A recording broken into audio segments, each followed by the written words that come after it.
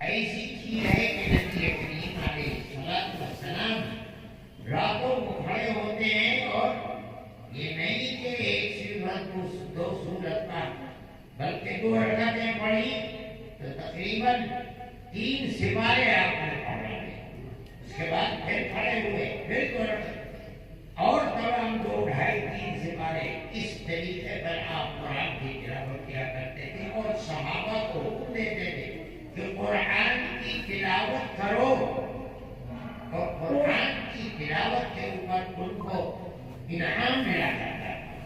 نبی کریم علیہ السلام کسی جگہ لوگوں کو بھیج رہے تھے، ہو سکتا ہے کہ غزوات میں آپ نے کوئی جماعت بھیجنا چاہیے ہو، اب کسے امیر بنائیں؟ آپ نے لوگوں سے پوچھا کس کے پاس کتنا قرآن ہے؟ وہ پوچھتے رہے، کہتے رہے کہ مجھے اتنا یاد ہے، مجھے اتنا یاد ہے۔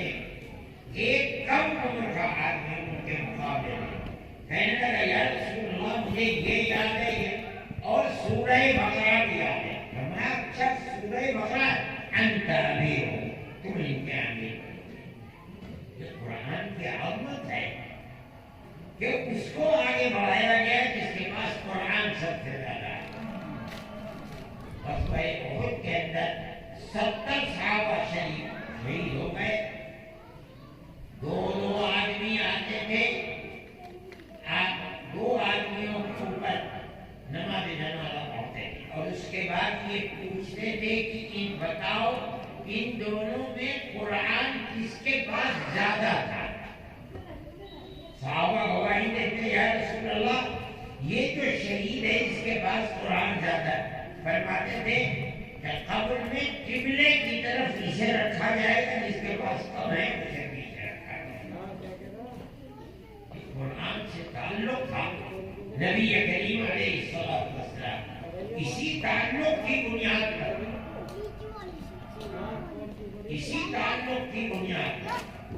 امت نے یہ سبق سیکھا کہ قرآن سے کس طرح کا تعلق رکھنا چاہیے۔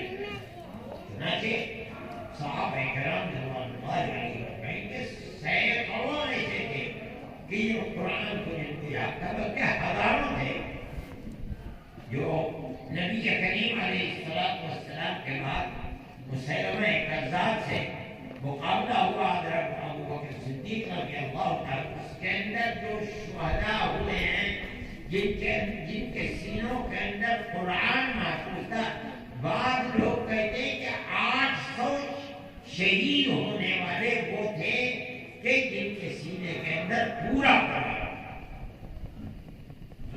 قرآن کے ساتھ تعلق جتنا بھی قرآن ہے، پورا قرآن کسی کو یاد ہے؟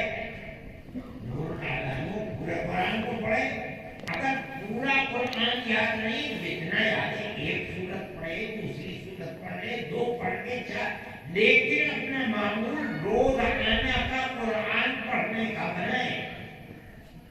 محدثین لکھتے ہیں کہ نبی کریم علیہ السلام غزوہ خیبر میں تھے، وہاں جبریل امین نے آ کر کہا کہ یا رسول اللہ مدینہ منورہ کے اندر فلاں صحابہ ہیں، ان کا انتقال ہو گیا، صحابی ہیں اور بیمار تھے، اگر آپ فرمائیں تو میں ان کے جسم کو آپ کے سامنے لاؤں اور آپ نماز جنازہ پڑھا دیں۔ آپ نے فرمایا ٹھیک ہے۔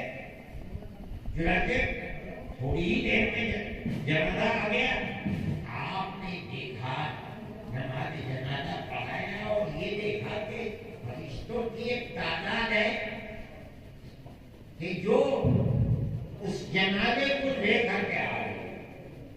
بعض روایات میں 70,000 فرشتے تھے جنازے کے ساتھ ساتھ۔ تو آپ نے جبریل امین سے تعجب کے ساتھ پوچھا کہ ان کا عمل کیا تھا جو اتنا قرآن اتنا زیادہ ہجوم ان کے ساتھ ہوا؟ تو جبریل امین نے کہا کہ یا رسول اللہ یہ اٹھتے بیٹھتے چلتے پھرتے صرف قل هو اللہ احد کی تلاوت کیا کرتے تھے۔ اللہ کو یہ اتنا پسند ہوا کہ جبریل امین لے کر کے آئے اور 2 فرشتے ان کو اٹھا کر کے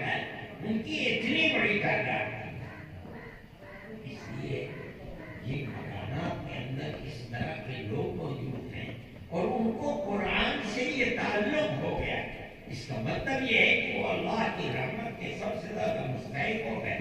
یہ بچے ہیں، آپ نے ان بچوں کو سے لگایا، یہ بچے حافظ قرآن ہیں.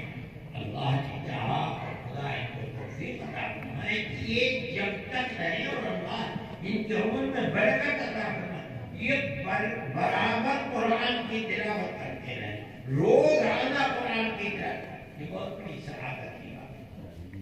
تو یہ انسان کی گویا کے موت کے بعد مغفرت کی ایک دلیل ہے. فرماتے ہیں نبی کریم علیہ السلام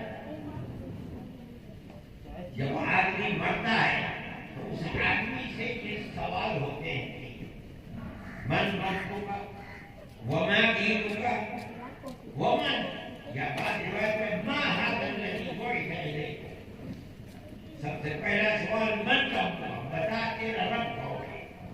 اگر مومن ہے تو کہتا ہے ربی اللہ، میرا رب تو اللہ ہے. اور دوسرا سوال ہوتا ہے وما دینک، بتا تیرا دین کیا ہے. تو کہتا ہے دین یعنی اسلام، میرا تو دین اللہ اور اس کے رسول کے ہر حکم کی اطاعت کرنا ہے. تیسرا سوال بتا یہ کون ہے جو تیرے سامنے ہے. بعض حضرات فرماتے ہیں کہ نبی کریم علیہ السلام کی مبارک صورت پیش کی جاتی ہے. بعض لوگ کہتے ہیں کہ مرنے والے کی قبر سے لے کر نبی کریم علیہ السلام کے قبر تک جو زمین ہے اس کو ہٹا دیا جاتا ہے اور وہ دیکھتا ہے کہ یہ آرام فرما رہے ہیں. اور کہتا ہے کہ ھذا محمد رسول اللہ، یہ تو محمد ہے، رسول اللہ ہے. تین سوال پورے ہو گئے. نبی کریم علیہ السلام فرماتے چوتھا سوال ہوتا ہے تو نے ان کو پہچانا کیسے، تجھے کیسے پتا چلا. تو ہندوستان میں ہے، دنیا کے اس کونے میں ہے، 1400 سال 1000 سال کے بعد پیدا ہوا. تو نے ان کو کبھی دیکھا نہیں، تو نے پہچانا کیسے. دیکھیے مومن ہے جس کو قرآن سے تعلق تھا، قرآن پڑھا تھا، وہ کیا جواب دیتے ہیں؟ قرأت کتاب اللہ وصدقت بھی. اسے ایسا سوال ہے جو میں نے تو دنیا میں اللہ کی وہ کتاب کی ذریعے لے کر آئے تھے، میں نے اس کتاب کو پڑھا تھا اور میں نے اس کتاب کی تصویر کی تھی کہ وہ اللہ کی کتاب ہے اور ان پر آئی تھی، اس پر بھی میرا ایمان تھا. تم ایسا مجھ سے سوال کرتے ہو. حدیث میں آتا ہے اللہ کے نبی فرماتے ہیں کہ ایک آواز آئے گی، پتہ نہیں کب تک کہ آواز کون ہے، آواز کس کی ہے، وہ آواز کیا ہوگی؟ صدقہ کی. میرے بچے نے بالکل سچا جواب دیا. پریشان نہ کرو، بستر جنت کا بچھا دو اور اس کو آرام کرنے دو. قرآن عجیب و غریب کتاب ہے. امت کو اس سے اتنا تعلق، کسی امت کو اتنا تعلق اپنی کتابوں سے نہیں. آپ اگر چراغ لے کر کے ڈھونڈیں کہ آپ کو یہودیوں میں کوئی تورات کا حافظ مل جائے یا عیسائیوں میں کوئی انجیل کا حافظ مل جائے، لیکن اللہ کی کتاب کا ایک دو نہیں، ہزاروں نہیں، لاکھوں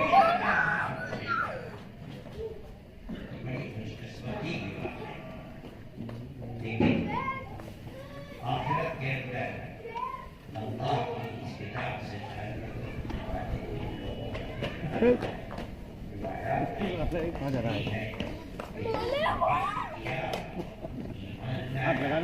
عمل بھی کیا، یعنی